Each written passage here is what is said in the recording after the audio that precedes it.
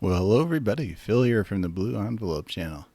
So I thought I'd make just kind of a quick off-the-cuff video about Emily Armstrong. She was a singer that was recently announced last week as the new lead singer of the band Linkin Park. So they're resuming. They kind of went on hiatus in 2017 after their lead vocalist Chester Bennington died by suicide. And there's kind of been some controversy coming out about Emily and her ties to Scientology. And so I thought I'd talk a little bit about it. It's not like super connected to Jehovah's Witnesses, other than I am an ex-witness. So that's kind of the main connection. But there are some parallels, so it's kind of interesting. So after I kind of started checking out of Jehovah's Witnesses, and I don't know if this is super common, but I started going to more and more concerts, shows. Got really into that for a few years. I eventually realized that nobody actually wants to see your concert photos on Instagram, so don't put them up there. But somewhere along the way, I ran across this band called Dead Sara, which was Emily Armstrong's band that she started, or I guess it still exists.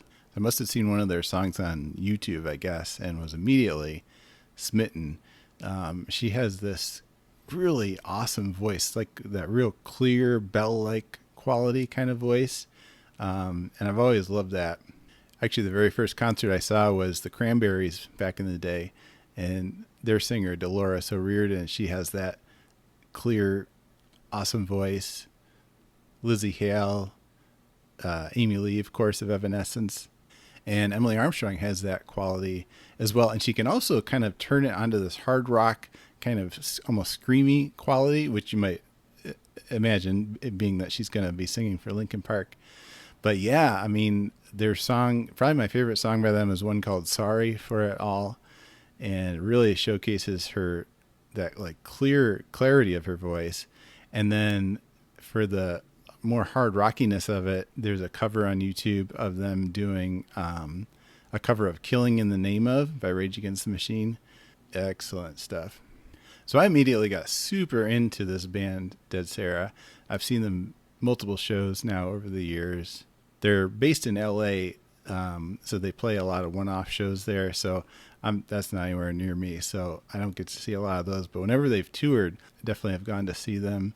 They opened for Muse on a Muse tour probably 10 years ago, and I can remember it was a big concert.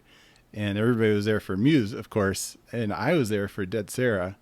And I can remember being super excited when they came on stage, and everybody around me was like, what's the deal with this guy and this unknown band? Another show I saw them play was in Washington, D.C. one year, and maybe the best show I've seen. It was in this dingy little club. It was real dark and hot, and I was right up by the stage, and just awesome stuff. They were touring with another band that was opening for them, so they were like the main act on that tour. And the band opening for them was called Grandpa versus Prowler, which was this band. It's kind of interesting. It had like different actors in it. Danny Masterson was one of the musicians. Michael Pena was one of them. So there's like half of them were actors, and then half of them were non-actor musicians. At that show, so Dead Sara played their set, and then they went off. And you know, there's that thing where a lot of times bands will, after a few minutes, they'll come back on for an encore, or maybe multiple encores while the crowd cheers and claps. So we were kind of like cheering, clapping, and just kind of waiting for Dead Sara to come back out and do their encore. And they didn't have one like that. They did their show and they were done. And so finally, Michael Pena came back out on the stage, and he's like, guys, you just heard a kick-ass rock show, and they're done. They're exhausted. So just be super psyched about what you just saw, and that's it. So I thought that was pretty cool of him to do that. Like with pretty much any interest I have, I got a little obsessive, and so immediately like started following all of them on Instagram, reading about how the band came about. And one thing I ran across pretty early on was that Emily Armstrong had been raised in her childhood as a Scientologist. So that was kind of interesting to me. And my conclusion I reached was, well, I guess she was raised as one, but she's definitely not one now. And I was thinking that for a couple of reasons. One is that a lot of their lyrics are kind of like stick it to the man kind of vibe. And that didn't seem to go with Scientology, being rebellious and not following orders. That doesn't sound like that. And then the other thing was that Emily is a gay woman. And so following her on social media, I could see like a succession of different girlfriends over the years. And she always dates models. One of her earlier girlfriends when I first started following her was Kate Harrison. So she was a model. She's currently the girlfriend of actor Chloe Grace Moretz. So you could always know, like, you could kind of tell when a relationship was breaking up on her Instagram. So it was like, I felt bad for her, but also you knew it was going to lead to some great songs on the next album. A lot of creative inspiration from that breakup. But yeah, and so homosexuality is definitely not a Scientology thing. They have a very similar stance on it to what Jehovah's Witnesses do. So my conclusion was maybe she was raised as a Scientologist, but definitely not in it anymore. So yes, Linkin Park last week announced that Emily Armstrong was going to be their new lead vocalist, along with Mike Shinoda as co-vocalist. And I think for a lot of folks, it was sort of an unexpected announcement, although it's actually been in the works for a few years now that Emily's been, kind of trying out collaborating with them. And so a lot of folks, I think a lot of Linkin Park folks were super psyched. And I think it's a very cool idea to have a female lead vocalist step in for the band. And that's kind of a cool way to transition from having Chester be the lead vocalist. Now, myself, I like Linkin Park. I like their music, but I'm not like super into them. I can remember I was studying with this one young guy in the congregation. I don't know if this happened to everybody else, but like you would get assigned to study with these young teens in the congregation that were kind of like spiritually weak. And so I was supposed to study with them and get them back on the straight and narrow Jehovah's Witness track and be a good upstanding witness again. So anyways, I was studying with this one kid, Adam, and at the end of the study one time, he's like, hey, you got to listen to this song I'm really into right now. And he puts on this Linkin Park song. Thinking about it now, it must have been, I think, probably In the End when that song came out. Great song. But I can remember sitting at his desk there and started playing, and just like alarm bells going off in my head, like, oh man, this is not a JW approved song. No way. They're rapping in it. Uh-oh. And I just could not get out of that house fast enough and get away from that song. So that was kind of my early experience with Linkin Park. So for me, when that was announced last week, I was more like depressed, like, oh, well, there goes my favorite band. She probably won't be doing many Dead Sara concerts anymore. And then almost immediately after she was announced and they did their first concert together, there started to be controversy brewing up about her ties to Scientology. So both her ties to the religion itself and whether she's a Scientologist, and then also her kind of supporting Danny Masterson, who's a Scientologist, and coming out that she went to court to support him at one of his early hearings. She was kind of in his entourage, in his support group. And that kind of got me thinking back to that DC show where Grandpa versus Prowler opened for Dead Sara, and Danny Masterson was in that band. So he's a Scientologist. And then just the other day I looked up Michael Pena, also a Scientologist. Super depressed about that because seemed like such a nice guy. But yeah, he's a Scientologist. Chris Wadhams is another non-actor musician in Grandpa vs. Prowler. He's a second-gen Scientologist. So basically, all these folks we're talking about, they're second-generation Scientologists. So they were born into the religion, and their parents were Scientologists. So I can relate to that, being a second-gen witness, born in kind of that same age range, late 30s, early 40s. So Chris Wadhams, super close to Danny Masterson. You can see pictures where they were basically together walking to court every day. Chris Wadhams donated one of his kidneys to Danny Masterson's wife, Bijou Phillips. So they're super tight. So Grandpa versus Prowler, heavy with Scientologists. And so that got me like, so it got me more curious about Dead Sara itself. So Emily Armstrong was a Scientologist. Her bandmate, the lead guitarist in Dead Sara, is Susie Medley. She's raised Scientologist. The other band members that I knew when I was seeing him was Sean Friday, drummer, Scientologist. He was kind of famous for being he was going out with Demi Moore for a while. The bassist, they kind of rotate through bassists, but the one I was seeing at the time was Chris Null, Scientologist. Susie Medley's dad is Stan Medley. He's a wealthy Scientologist in California. He kind of bankrolled getting the band started, which I had always wondered about, like how they supported themselves exactly. Before Dead Sara, Sean Friday and Chris Null had both played with Skrillex, who was a Scientologist. So it's like, it's all Scientologists all the way down.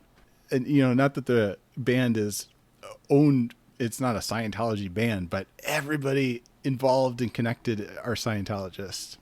That's one thing I didn't realize is how like interconnected everybody in Scientology is. I always thought that witnesses were pretty much like that. Like everybody knows everybody in the circuit and, you intermarry between the neighboring congregations and you work for witnesses in your congregation. But witnesses, there's like 1 million witnesses in the US and there's like 20,000 Scientologists. So the interconnectedness is like Jehovah's Witnesses times 100. Now I'm no Scientology super expert. I've been learning a ton from there's a channel Growing Up in Scientology on YouTube with the guy's name is Aaron Smith Levin.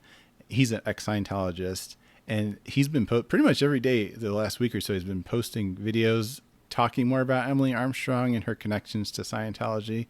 And it's amazing how much information there is just because they all kind of know each other.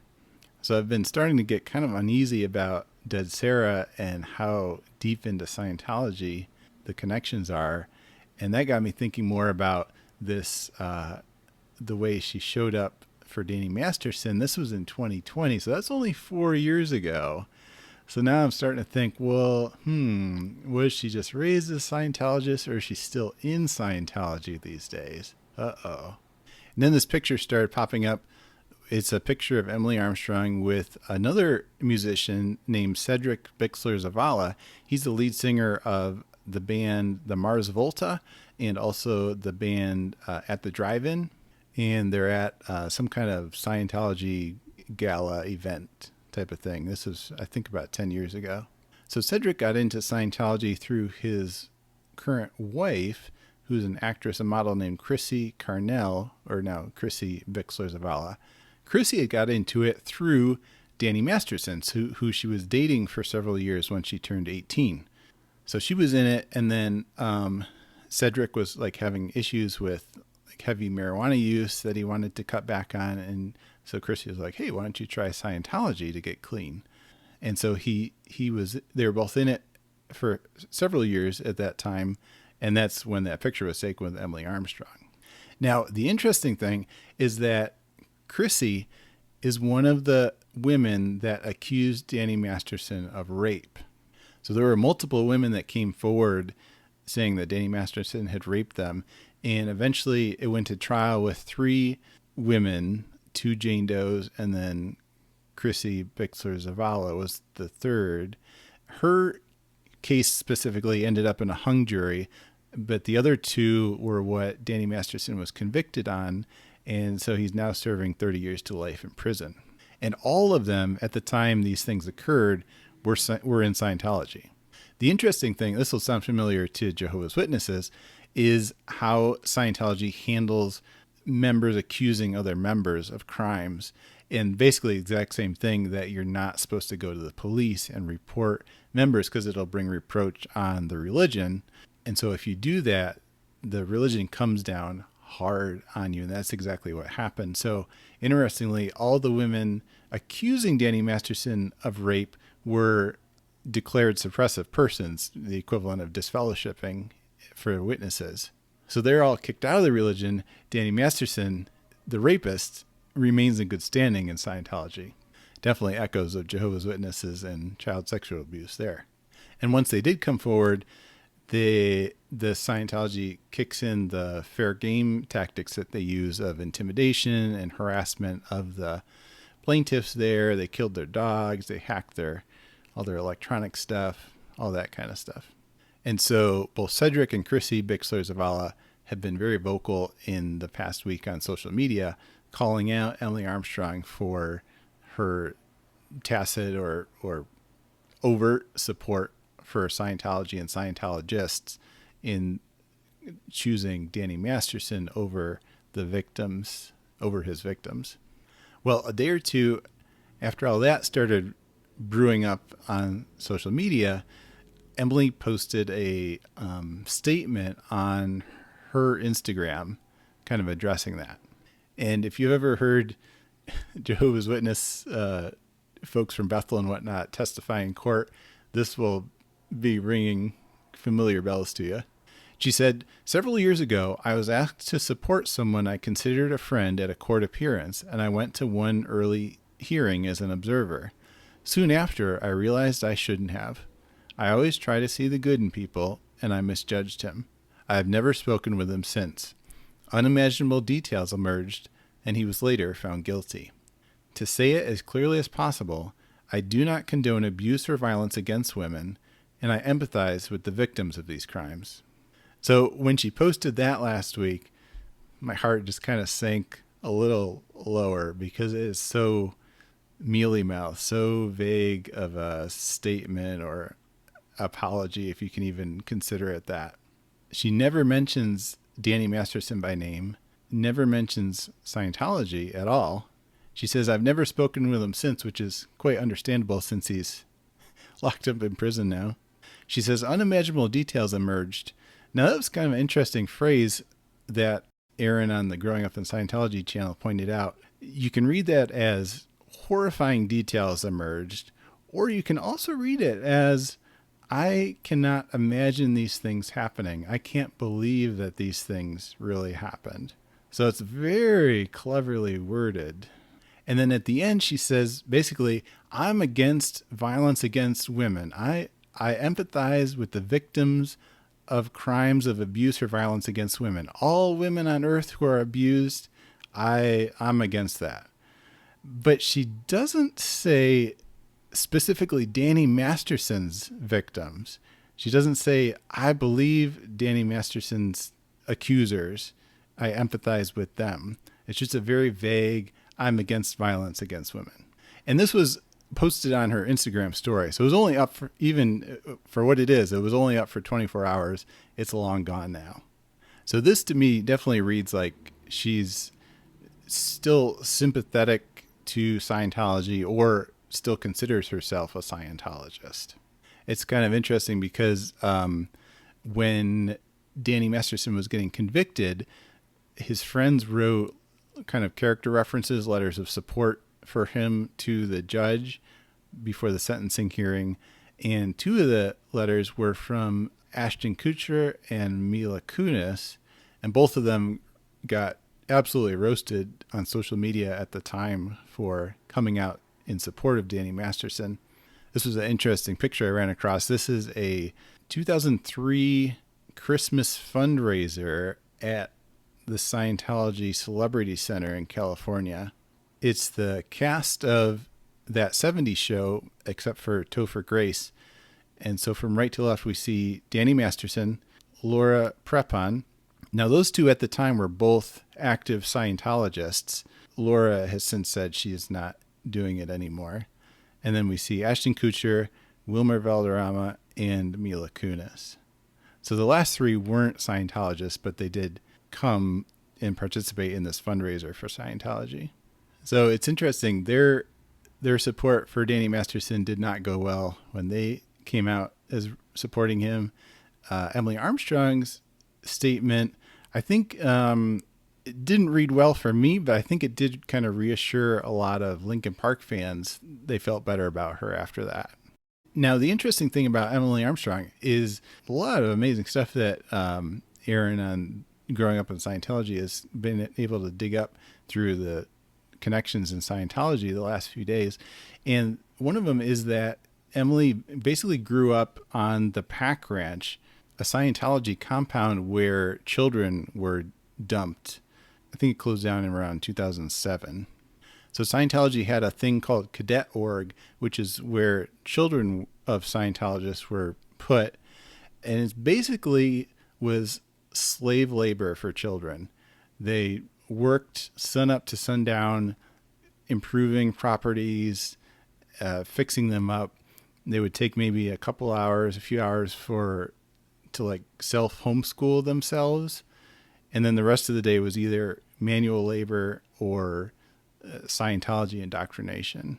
And it was encouraged for Scientology members to basically dump their children in these cadet org centers and hardly ever see them. Maybe see them like come up for once a week, maybe, or even less than that for a lot of children. Just a horribly abusive upbringing. So this is what Emily grew up in until her, I'm not sure exactly when, early teens, mid-teens, when she got out of there finally. And the basic vibe, I think, is that she's not an active Scientologist per se, but still sympathetic to it, or certainly not anti-Scientology. And the interesting thing is her family are also Scientologists. So as we mentioned, she's second generation, so her parents are Scientologists. Her mom in particular, I'm not sure so much about what her dad, even if he's still alive, but her mom is a high-ranking Scientology official and has had a lot of, kind of high-profile jobs. Editor for one of the Scientology magazines at one point, speechwriter for David Miscavige, the current leader of Scientology. So she's high up in the organization. Interestingly, she also spent time in a Scientology prison, basically. There were periods where David Miscavige would take a lot of the higher-ups and just lock them up as punishment for perceived wrongdoings. So she also spent years in a Scientology prison, as well as being a high official. Emily's sister, also a Scientologist. And on the Growing Up in Scientology channel, he's actually pulled clips of Emily's sister and her mom in promo videos for Scientology, just talking about how awesome it is. Her sister talks about the Pack Ranch and how amazing an experience it was as a kid. Oh, they're so, you can go watch them on his channel, but they're so cringy, so culty watching these videos now. So some interesting things. One is Emily being queer or gay and also being a Scientologist. That doesn't seem to go together. But one thing is that celebrity Scientologists kind of get a pass on that if they are LGBTQ. And I think it's safe to say that Emily now, as the lead singer for Linkin Park, is in that celebrity category. And so she would get a pass on that. Whereas other, rank and file Scientologists would not get a pass on being gay or queer. The other thing is that Chester Bennington, the old lead singer for Linkin Park, died by suicide, and he had been sexually abused for years as a child. So there's those two things. So he had mental health issues, obviously. And now you have Emily Armstrong taking his place. And what does she think about mental health treatment and abuse? She's coming from this religion which has a long history of horrible abuse of children and then covering up that abuse, as well as an intense hatred of and discouragement of therapy and mental health treatment. This is a museum that's open to the public that Scientology runs in LA. I think the name of it says it all. It's called the Psychiatry and Industry of Death Museum. So how does it fit for Linkin Park to replace Chester Bennington, an advocate for mental health and a survivor of child abuse, to replace him with Emily, a person whose religion strongly disavows and discourages any mental health treatment other than what you get inside Scientology, and has a history of covering up child abuse? Now, at the same time, there's another perspective, which is that Emily is herself a victim of child abuse. She was a basically a child slave for many years growing up on that pack ranch. So there's kind of that question, well, does she get a pass now because of that? And I think it's kind of both. She gets empathy and sympathy for having gone through those horribly abusive situations. And she also has kind of a responsibility now to stand up and speak out for what's right.